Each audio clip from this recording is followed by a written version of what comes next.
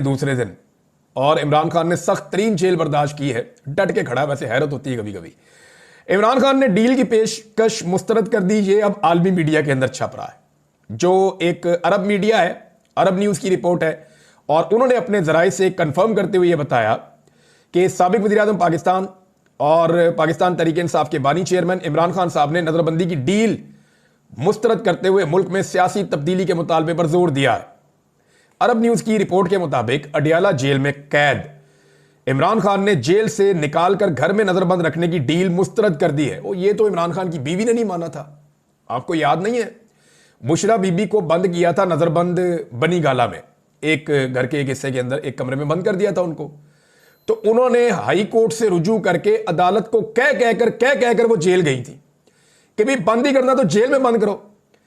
इधर तो खातून नहीं मानी, इमरान खान की बीवी नहीं मानी, तो इमरान खान किधर मानेगा? और इमरान खान की वजह से तो बाकी सबको हौसला मिलता है। वैसे बुशरा बीबी ने भी कमाल किया, यानी आप वो सियासत में तो वो है नहीं, लेकिन अगर एक खातून के तौर पे आप ये देखें तो बाद औक़ात हैरत होती है कि एक ऐसी खातून जिसका सियासत से कोई ताल्लुक नहीं था, उन्होंने अपने शौहर के साथ कितने ज़बरदस्त तरीके से खड़े होकर दिखाया। हालांकि कोई बहुत लंबी रफाकत भी नहीं है इनकी, चंद साल पहले शादी हुई। बहरहाल इमरान खान साहब ने अरब न्यूज़ की रिपोर्ट के मुताबिक समाजी राब्ते की वेबसाइट पर एक पोस्ट में दावा किया कि हुकूमत के साथ मुज़ाकरात और उनकी जमात को सियासी मौक़े फराहम करने के लिए इन्हें डील की पेशकश की गई थी, जिसके तहत वो मुझे बनी गाला में रिहाइश गाह में नजरबंद करना चाहते थे। इमरान खान ने डील कबूल करने की बजाय जेल में रहने को तरजीह दिया और इसरार किया कि पीटीआई के तमाम कैदियों को पहले रिहा किया जाए। इमरान खान ने अपने बयान में बैरून मुल्क मुकीम पाकिस्तानियों से मुतालबा किया कि तरसीलात ज़र का बाइकआउट करें और उससे हकीकी आज़ादी और मुल्क में जमहूरियत की बहाली के लिए अहम करार दिया। इमरान खान ने कहा कि तरसीलात ज़र का बाइकआउट इस वक्त तक किया जाए जब तक हुकूमत इनके मुतालबात पूरे करने के लिए मानी खेज इकदाम नहीं करती। देखिए, इस दफ़ा जो हुकूमत के पास एक्स्ट्रा पैसा आया, जिसकी बुनियाद के ऊपर कुछ हमारे ज़र मुबादला के ज़खायर में इजाफा हुआ है, वो एक्स्ट्रा पैसा ओवरसीज़ पाकिस्तानियों की जानिब से भेजी गई रेमिटेंसेज हैं। क्योंकि पाकिस्तान के अंदर जो है वो एकदम ज़मीनों की कीमत नीचे गई है। जब हालात बुरे होते हैं तो ज़मीनों की कीमतें नीचे जाती हैं। जब अमेरिका में 9/11 हुआ था तो बहुत पैसा निकल कर पाकिस्तान आया था। तो इसी तरह जब पाकिस्तान के अंदर अब ज़मीनों की कीमतें और चीज़ों की कीमतें नीचे गई हैं, बहुत सारे लोग अपनी बेचारे फैक्ट्रियां बेच रहे हैं, अपनी जायदादें बेच रहे हैं, मुल्क से जाना चाहते हैं। वहीं जिन ओवरसीज़ पाकिस्तानियों के पास एक्स्ट्रा पैसा है, उन्होंने पैसा पाकिस्तान भेजकर यहाँ पे वो चीज़ें खरीदी हैं, क्योंकि पाकिस्तान के हालात हमेशा तो बुरे रहने नहीं है। तो इस वजह से कुछ ओवरसीज़ पाकिस्तानियों की जो एक्स्ट्रा अमाउंट पाकिस्तान इस साल आई, उसका बड़ा फायदा हुआ। लेकिन इमरान खान साहब ने अब चला दी है मुहिम, और ओवरसीज़ पाकिस्तानी इमरान खान की बात मानते हैं। अगर 10% से 15% का भी फर्क पड़ा ना, तो ये हुकूमत को दोबारा IMF के सामने जाकर घुटने टेकने पड़ जाएंगे। वो तो वैसे भी टेकने पड़ेंगे, क्योंकि ये ऑलरेडी डेफिसिट में जा रहे हैं। यानी जो इन्होंने अपने टारगेट पूरे करने थे, हुकूमत अपने टारगेट पूरे करने में नाकाम है। और अब रेमिटेंसेस जिसकी बुनियाद के ऊपर ये हुकूमत कहीं पे खड़ी थी, वो भी मुतासिर होने के खदशात बहुत ज्यादा बढ़ गए हैं। इमरान खान ने 9 मई से जुड़े वाकयात पर पीटीआई के कारकुनों के फौजी अदालतों में ट्रायल पर तनकीद की और इससे शफाफियत और शहरी हकूक के खिलाफ वर्जी करार देते हुए उसकी इमरान खान साहब ने मजम्मत भी की। उन्होंने कहा खुली अदालत में ट्रायल किए जाएं और यह आईने पाकिस्तान का तकाजा भी है। अब आ जाए नाजरीन, जो रद्द-ए-अमल एक आया ना DGISPR की प्रेस कॉन्फ्रेंस के बाद, और जो एक रियासती पॉलिसी चल रही है उसके खिलाफ पाकिस्तान तहरीक इंसाफ का, यह बहुत इंपॉर्टेंट है। एक तो देखें, ये पाकिस्तान के अंदर सेट पैटर्न है कि आप किसी बड़े इदारे के ऊपर, चाहे वो गलत बात करें या ठीक बात करें, फैक्चुअली ठीक हो या फैक्चुअली गलत हो, आप तनकीद नहीं कर सकते। आप तनकीद करेंगे तो वो मुकद्दस गाय है, आपको निशान इबरत बना दिया जाएगा। फर्ज करें कोई बड़ा आदमी है, आप बहुत बड़े आदमी की बात कर लें, पाकिस्तान के आर्मी चीफ की बात कर लें, किसी और बड़े ओहदेदार की बात कर लें, DGISPR की प्रेस कॉन्फ्रेंस की बात कर लें। सियासतदान तो बेचारे छानबूरा होते हैं, वो तो आते जाते रहते हैं, वो तो बूट पॉलिश की बात है, कभी इसके हाथ में कभी उसके हाथ में। तो यहां पे अगर वो कोई ऐसी बात कर दें जो फैक्चुअल नहीं है और आप उसकी निशानदेही करें पाकिस्तान में, तो आपके लिए बड़ी प्रॉब्लम हो जाती है। तो यहां अब बहुत सख्त रद्द-ए-अमल आया कल से लेकर अब तक, क्योंकि फैक्चुअली जो है वो DGISPR की प्रेस कॉन्फ्रेंस में बहुत सारी गलतियां थी। वहां पे ऐसे फैक्ट्स थे जो मौजूद थे ग्राउंड के ऊपर, लेकिन उन्हें लगा कि शायद मैं ये कह दूंगा तो कोई चैलेंज नहीं करेगा। लेकिन नौजवानों ने कल से लेकर अब तक पूरी प्रेस कॉन्फ्रेंस का जो है वो पोस्टमार्टम किया। वो कैसे किया मैंने आपको बताया भी है। अब शेख वकास अकरम साहब ने उसके ऊपर एक वजह बताई है। ये जनाब सेक्रेटरी इत्तलाआत है पाकिस्तान तहरीक इंसाफ के, तो शेख साहब कहते हैं जब इतने बड़े इदारे और इतने ऐसे इदारे के तर्जुमान जिससे कौम ने हमेशा मोहब्बत की है, उनके मुंह से लोग अपने कायद के खिलाफ प्रेस कॉन्फ्रेंस में गुफ्तगू सुनते हैं, तो फिर कौम के बच्चे नौजवान सोशल मीडिया पर अपना रद्द-ए-अमल देते हैं। ये नेचुरल है, लोग अपनी अपनी तबीयत के मुताबिक रिएक्ट करते हैं। आप इस पर फिर इसलिए बुरा ना मनाएं, क्योंकि अगर तर्जुमान जिम्मेदारी का मुजाहरा नहीं कर रहा तो इन नौजवानों से क्या तवक्को रखते हैं? कौन पुरअमन शहरी है, इंतशारी या दहशतगर्द है, इसका फैसला अदालतों को करना है। आप इमरान खान के करोड़ों वोटर्स को बगैर किसी जुर्म साबित किए हुए और अदालती कार्रवाई के बगैर, यानी इन अलकाबात से आप उनको ना नवाजें। ये शेख वकास अकरम साहब ने बात की है, जायज बात है। जब एक इदारा कहता है हमारा सियासत से ताल्लुक ही नहीं है, तो सियासत पे फिर उन्हें कमेंट्री भी नहीं करनी चाहिए और एक पॉलिटिकल पार्टी के बारे में अपनी ऐसी राय पेश नहीं करनी चाहिए जो कुछ और पॉलिटिकल पार्टीज ऑलरेडी बना चुकी है। पाकिस्तान तहरीक इंसाफ ने एक बड़ा इंपॉर्टेंट मुतालबा किया है। यह मुतालबा मैं यहां पे आपके सामने रख देता हूं, ये इंपॉर्टेंट है, लेकिन 2-3 बड़ी अहम खबरें हैं जो मैं आपको भी वीलॉग के अगले हिस्से में देने वाला हूं। एक तो अमेरिकन एम्बेसी से कुछ लीक्स होने के खतरात हैं और ये बहुत सारे लोग कह रहे हैं, और कुछ ऑडिट मामला होने हैं जिनमें बहुत सारे लोग फंस जाएंगे। और यहां इस्लामाबाद में कुछ बड़ी अहम मीटिंग्स हो रही हैं। उन मीटिंग्स के नतीजे में कुछ चीजों पर डिस्कशन हो रही है कि अमेरिका को अब आने वाली एडमिनिस्ट्रेशन को क्या हम दे सकते हैं जिससे वो हमारे साथ खड़े हो जाए। तो मैक्सिमम के ऊपर डिस्कशन हुई है। यहां मेरे एक सोर्स ने मुझे कुछ चीजें बताई, मैं वो आपके साथ शेयर करता हूं। मुझे ये तो कंफर्म हो गया कि डिस्कशन हो रही है। किन चीजों पे हो रही है उस पर हम बात कर लेते हैं। तो नंबर 1 ये है कि पाकिस्तान तहरीक इंसाफ ने रियासत की पॉलिसियों का असर-ए-नौ जायजा लेने का मुतालबा किया कि दोबारा देख लें आपकी ये क्या पॉलिसियां रियासत की।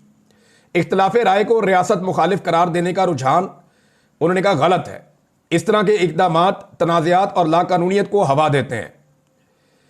और उन्होंने कहा जी पाक फौज के तर्जुमान की जो प्रेस कॉन्फ्रेंस है उस पर रद्द-ए-अमल देते हुए पार्टी की आदत ने उसे रवायती और गैर तब्दील शुदा मौक़िफ़ करार देते हुए इज़हार राय की आज़ादी और आईनी इंसाफ की ज़रूरत पर जोर दिया। पीटीआई के मरकजी सेक्रेटरी इत्तलात शेख वकास अकरम ने एक तफसीली प्रेस रिलीज में अदालती मामलात में फौजी अदालतों के इस्तेमाल को तनकीद का निशाना बनाते हुए आईनी निज़ाम पर मुज़िर असरात के बारे में खबरदार किया। उन्होंने इस बात पर जोर दिया कि इंसाफ को शफाफ और आज़ादाना तौर पर चलाया जाना चाहिए, जो पहले तयशुदा तसव्वुरात या बैरूनी दबाव से आज़ाद होना चाहिए, जबकि दुनिया फौजी अदालतों के फैसलों की बजाय आज़ाद आईनी अदालतों के फैसलों को तस्लीम करती है। उन्होंने कहा जी सड़कों की बंदिश आप कर देते हैं, पुरअमन मुजाहिरीन की आप गिरफ्तारियां करते हैं, जमहूरी हुकूक पर हमला किया जाता है, इसकी हम मजम्मत करते हैं। पुरअमन एहतजाज हर सियासी जमात का हक है। ऐसे में आर्टिकल 245 के तहत सड़कें क्यों बंद हैं और निहत्ते वर्कर्स को गिरफ्तार क्यों किया जा रहा है? यह मसला प्रेस कॉन्फ्रेंस या बयानबाजी से हल नहीं हो सकता। सीसीटीवी फुटेज समेत काबिल एतमाद शवाहिद की बुनियाद पर आला सतह की आज़ादाना अदालती तहकीकात का मुतालबा करते हुए उन्होंने कहा कि डराना और धमकियां देना इस मसले का हल नहीं है। प्रेस रिलीज में मुल्क में मौजूद अफरा तफरी का जिम्मेदार नाकिस रियासती पॉलिसियों और बयानिए को करार दिया गया। पाकिस्तान तहरीक इंसाफ कह रही है पॉलिसी बदलो रियासत को। एक पॉलिटिकल पार्टी को दीवार से लगाने के चक्कर में पूरे पाकिस्तान को अपने खिलाफ कर लेना ये कोई दानिशमंदी नहीं है, और इससे ये मामला खत्म नहीं होगा। इंसाफ के तकाजे पूरे किए जाएं तो चीजें खुल सकती हैं। अब जैसा कि देखें, जुडिशल कमीशन अगर बन गया तो वो साबित कर देगा ना कि पाकिस्तान तहरीक इंसाफ के लोगों ने गोलियां चलाई या सिक्योरिटी फोर्सेस ने गोलियां चलाई। जुडिशल कमीशन बना दे, उनका क्लेम है पीटीआई का कि गोलियां सिक्योरिटी फोर्सेस ने चलाई। डीजीआई एसपीआर का क्लेम है कि नहीं गोलियां पीटीआई ने चलाई। तो इसके ऊपर एक जुडिशियल इंक्वायरी करवा दें। जुडिशियल इंक्वायरी में सबके इंटरव्यूज हो जाएंगे, फुटेज भी देख ली जाएगी, सीसीटीवी फुटेज मांग ली जाएगी, तमाम रिकॉर्ड तलब करके वो जुडिशियल कमीशन आपको बता देगा किसने क्या किया है। तो जो विक्टिम होता है वो तो चाहता है कि इंसाफ हो। तो पाकिस्तान तहरीक इंसाफ जुडिशियल कमीशन मांग रही है, जबकि हुकूमत और इदारे जो है वो जुडिशियल कमीशन से भाग रहे हैं, वो देने के लिए तैयार नहीं है। तो यहां ये चीज है। और दूसरा एक और चीज भी खबर आई है, वो ये है कि पाकिस्तान तहरीक इंसाफ ने एक बड़ा फैसला किया है और वो फौजी अदालतों के मामले को पेशावर हाई कोर्ट में चैलेंज करने जा रहे हैं। यानी फौजी अदालतें एक और अदालत के अंदर चैलेंज होने जा रही हैं, यानी उनके जो फैसले हैं वो चैलेंज हो जाएंगे वहां पे। लेकिन कम से कम फैसले तो मिले ना, फैसले तो है ही नहीं अभी तक। शफाफियत का तकाजा ये होता है कि जब आपका ट्रायल चलता है किसी कोर्ट के अंदर तो आपको पूरा मौका मिलता है, आपके वकील वहां पे आते हैं। अब जो वकील वहां पे गए उनमें से 1-2 से मेरी बात हुई है, मैं उनके नाम नहीं लूंगा, उनके लिए प्रॉब्लम हो जाएगी। उन वकला ने कहा कि जी हमें बाकायदा मना किया गया था कि तुमने बाहर निकल के कोई बात नहीं करनी वरना खुद जिम्मेदार हो गए। वो कहते हैं हम बाहर निकल के बता ही नहीं सकते कि अंदर क्या चल रहा है और अंदर किस तरह की प्रोसीडिंग हो रही है मिलिट्री कोर्ट के अंदर, और वो कहते हैं कोई इंसाफ के तकाजे पूरे नहीं हो रहे। अब जनाब अदालतों ने फैसला सुना के 105 बंदे थे, 105 के 105 ही गिल्टी कर दिए, सबको सजा मिल गई 2 साल से लेके और 10 साल तक। अब ये सजाएं हो गई हैं तो फैसले किधर हैं? अब वो तमाम लोग फैसले मांग रहे, लाओ जी फैसला दो। जब फैसला आता है ना तो उसमें लिखा जाता है कि डिफेंस ने ये कहा, प्रोसिक्यूशन ने ये कहा, यानी सरकारी वकील ये कह रहा था, जज ने इस बुनियाद पे फैसला दिया, ये वाले शवाहिद सामने आए। वो पूरा कई सफ़ों का फैसला लिखना पड़ता है। वो फैसले किधर हैं? वो फैसले अभी तक सामने नहीं आए। मुझे ऐसा लगता है कि वो फैसले बड़े अजीबोगरीब होंगे, क्योंकि देखें जो अदालतें होती है ना उनका पूरा एक तरीकाकार होता है चीज़ों को सुनने का, करने का। अब ये जो वहां पे जजेस हैं वो जूनियर ऑफिसर्स हैं, और सीनियर ऑफिसर्स की राय क्या है वो आपने DGSPR की प्रेस कॉन्फ्रेंस में देख ली। तो वो जूनियर ऑफिसर्स अपने सीनियर्स के खिलाफ कैसे जा सकते हैं? वो फैसले ऑब्वियस थे, सबको आइडिया था क्या फैसले आने। अब वो फैसले हैं किधर? अभी तक किसी को नहीं मिला। वो फैसले मिल जाए तो फिर इंसाफ के तकादे पूरे होना शुरू हो जाएंगे, फिर ये अपील में भी जा सकते हैं। डायरेक्ट हाई कोर्ट के अंदर पाकिस्तान तहरीक इंसाफ चैलेंज करने जा रही है, देखते हैं वहां क्या होता है। और खैबर पख्तूनख्वा हुकूमत अगर पेशावर हाई कोर्ट में चैलेंज करने जा रही है तो ये सारे फैसले कलदम भी हो सकते हैं और ये किसी एक बड़े गेम का हिस्सा भी हो सकता है। अभी मैं इस पर कुछ नहीं कहना चाहता, लेकिन 2 और चीजें हैं जो होने जा रही है। नंबर 1, कुछ हुकूमती सहाफ़ी जो हैं उनको मुसीबत पड़ी हुई है, कुछ हुकूमती लोग जो हैं उनको खलबली मची हुई है, और कुछ रजीम चेंज ऑपरेशन के जो सहूलतकार हैं उनके लिए बड़ी मुसीबत बनी हुई है, क्योंकि अमेरिका से दबाव लगातार बढ़ता जा रहा है। और अमेरिकन का पाकिस्तान के बारे में जो बढ़ता हुआ नॉलेज है वो बहुत हैरान कुन है। यानी यहां पे कोई उर्दू में पंजाबी में ट्वीट करता है, कोई शेर लिख के डालता है, उनको वहां तर्जुमा पता चल जाता है। ऐसा लगता है कि उन्होंने इसके ऊपर बंदे डिप्यूट कर दिए कि एक एक चीज पे नजर रखो, या तो फिर जो इस वक्त अमेरिकन एम्बेसी है इस्लामाबाद में उसके अंदर बैठे हुए लोग बाकायदा जो ट्रंप की आने वाली इंतजामिया है उनसे अपने ताल्लुकात बेहतर करने की खातिर उनको रिपोर्ट करना शुरू हो गए, और हर चीज बाकायदा ट्रांसलेट होकर उन्हें रिपोर्ट हो रही है, उस पर वो खुलकर रिस्पॉन्ड भी कर देते हैं। अब एक खदशे का इजहार किया जा रहा है, और ये वो लोग कर रहे हैं जो एम्बेसीज के बड़े हल्का करीबी हल्के में रहते हैं। यानी इस्लामाबाद में ऐसे हमारे कुछ सहाफ़ी हैं जो ज़्यादातर डिप्लोमेटिक इनक्लेव के अंदर कभी इस एम्बेसडर को मिल लिया, कभी इसको मिल लिया, तो उन्होंने अपने एक ताल्लुकात अच्छे खासे बनाए हुए हैं। तो उनसे जुड़े कुछ लोगों ने ये खबरें दी हैं, और खबर ये दे रहे हैं कि जो अमरीकी एम्बेसी है वहाँ से कुछ चीज़ें लीक हो सकती हैं। यानी ये लीक हो सकती हैं कि रजीम चेंज ऑपरेशन के दौरान में कितना पैसा कैसे खर्च हुआ, किस किस से मुलाकात की गई, मुलाकात के अंदर किस तरह की बातें की गई, और वो जो मिनट्स हैं उन मीटिंग्स के या मुलाकातों के जिनको बाद में लिखा जाता है, वो केबल्स जो है वो लीक हो सकती हैं। और उनके लीक होने से ये पता चल सकता है कि पाकिस्तान में जो रजीम चेंज ऑपरेशन हुआ उसमें किसका क्या किरदार था। फर्ज करें उस वक्त जो अमरीकी सफ़ीर है उनकी जो मुलाकातें एस्टेब्लिशमेंट के लोगों से हुई, या जिन सहाफ़ियों से हुई, या जिन सियासतदानों से हुई, उनके अंदर किस किस्म की डिस्कशन हुई, अगर ये चीज़ें रिवील हो जाती हैं, बाहर आ जाती हैं, तो इसमें बड़ा प्रॉब्लम आ जाएगा। इनसे अगर पर्दा उठ जाता है तो रजीम चेंज ऑपरेशन का पूरा जो स्ट्रक्चर है वो आपके सामने आकर खड़ा हो जाएगा। और इस डर से अब कुछ लोग खुलकर कहना शुरू हो गए, हम तो इसके खिलाफ थे, हम तो करने नहीं चाहते थे रजीम चेंज, ये तो हमसे जबरदस्ती करवाया गया, ताकि कल को बजाय इसके कि हम इसके बेनिफिशियरी गर्दाने जाएं, हम कह देंगे जी हम तो विक्टिम है, और ये सारा कुछ पड़ जाएगा उन लोगों के खाते में जिन लोगों ने जा जाकर मुलाकातें की थी। अब वो लोग इस खदशे का इजहार करें, दूसरा कुछ ऑडिट भी वो करवाएंगे। ये तो मेरे पास एक और सोर्स से भी खबर आई है अमेरिका से, वो ये कह रहे हैं कि अमेरिकन एक ऑडिट करवाना चाहते हैं जो आने वाली हुकूमत है कि पाकिस्तान में किस किस को कितना पैसा दिया गया, वो पूरा का पूरा छापो और लिखो कि किस ग्रुप ने कितना पैसा लिया, किस एनजीओ ने कितना पैसा लिया, और वो जो कुछ उन्होंने लिया उसको कहां खर्च किया उसके ऊपर ऑडिट किया जाए और ये सारी रिपोर्टें मंगवाई जाए। माजी में होता यह था कि जिसके अमेरिका में अच्छे ताल्लुकात है, अमेरिका ने पाकिस्तान को इमदाद का ऐलान किया तो डायरेक्ट इमदाद हुकूमत को देने के बजाय वो एनजीओ के जरिए भी खर्च करते थे, इदारों के जरिए भी खर्च करते थे, तो वो इमदाद उनके पास जाती थी, पूछने वाला ही कोई नहीं था। यानी लाखों करोड़ों डॉलर वो उसके अंदर खा गए, मिलियंस ऑफ डॉलर्स। तो अब उसके ऊपर एक ऑडिट होगा तो आपको बहुत सारे पर्दानशीनों का पता चलेगा कि ये भी पैसे ले गया, ये भी पैसे ले गया, ये भी पैसे ले गई। मरियम नवाज ने कुछ पैसा, यानी इसके ऊपर तो बाकायदा वो एक ट्वीट भी हमारे सामने आया हुआ है, ये सैयद कामरान ने ट्वीट किया है, और रिचर्ड ग्रेनल को इसके अंदर उन्होंने जो है वो मेंशन किया है।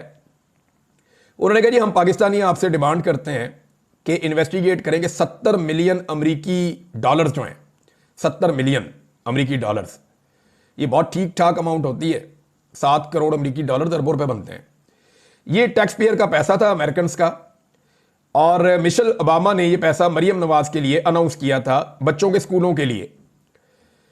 अच्छा, इसमें से वो क्लेम ये करते हैं सैयद कामरान साहब कि एक पैनी भी खर्च नहीं की गई। अच्छा, एक दो प्रोग्राम मरियम नवाज ने किए थे छोटे छोटे स्कूलों के अंदर उस दौर में, जब मरियम नवाज के वालिद वजीर आजम थे। ये गई थी जाके मिशेल ओबामा से, इन्होंने मुलाकात की थी। 70 मिलियन अमेरिकन डॉलर्स की इमदाद आई थी। वो पैसा कहां गया उसके बारे में अभी तक कुछ आइडिया नहीं है। मरियम नवाज को बहुत बड़ी चीजों का सरबराह भी बनाया गया था, ओहदे भी दिए थे नवाज शरीफ साहब ने, बाद में तनकीद हुई तो हटा दिया गया। अब नाजरीन, इस्लामाबाद के अंदर एक बड़ी अहम बैठक जारी है। उसके अंदर कुछ बंदे अमेरिका से पहुंचे हैं, कुछ बंदे पाकिस्तान से बैठे हैं, और तमाम स्टेक होल्डर्स बंद कमरा करके सर जोड़ के बैठे हैं और कुछ चीज़ों के ऊपर डिस्कशन हो रही है। मुझे सिर्फ इतनी इंफॉर्मेशन मिली, और इसके साथ जो इजाफी इंफॉर्मेशन है वो ये है कि कोशिश ये की जा रही है कि अमेरिका को कुछ ऐसी चीज़ें ऑफर कर दी जाए जिसके नतीजे में अमेरिका इमरान खान के मामले के ऊपर अपना हाथ खींच ले और कम से कम इस मामले को छोड़ दे और इंसानी हुकूक की खिलाफ वर्जियों के ऊपर पाकिस्तान के ऊपर सख्ती ना करे। अब जो ऑप्शन हो सकती हैं वो क्या हो सकती हैं? देखिए, अमेरिका को पाकिस्तान से 5-6 चीज़ों का ही प्रॉब्लम रहता है ना। वो 5-6 चीज़ें पाकिस्तान से चाहता है, जो पाकिस्तान कभी करता है कभी नहीं करता। डिक्टेटर होते हैं तो फौरन कर देता है, सियासतदान होते हैं तो उनको जरा फिक्र रहती है कि लोग क्या सोचेंगे, तो वो नहीं करते। लेकिन जो चीज़ें ऑफर की जा सकती हैं वो क्या है? Under discussion. Number 1, America Pakistan पर मजीद पाबंदियां लगा सकता है। दिफाई नुक्ता नज़र से आपको महदूद किया जा सकता है ताकि आप दूर तक हिट ना कर सकें। इसमें इंडिया का भी फायदा हो जाएगा, इसमें इसराइल का भी फायदा हो जाएगा, और अमेरिका का भी फायदा हो जाएगा कि समुद्र में जहां जहां वो मौजूद है पाकिस्तान की एक्सेस से वो बाहर चले जाएंगे। अब इसमें जो है वो मौजूदा हुकूमत ने कोई रद्द अमल नहीं दिया पाबंदियों पर। हुकूमत की आपने देखा, शहबाज शरीफ हो, इसहाक डार, सारे चुप हैं, बोल नहीं रहे, ना नवाज शरीफ। तो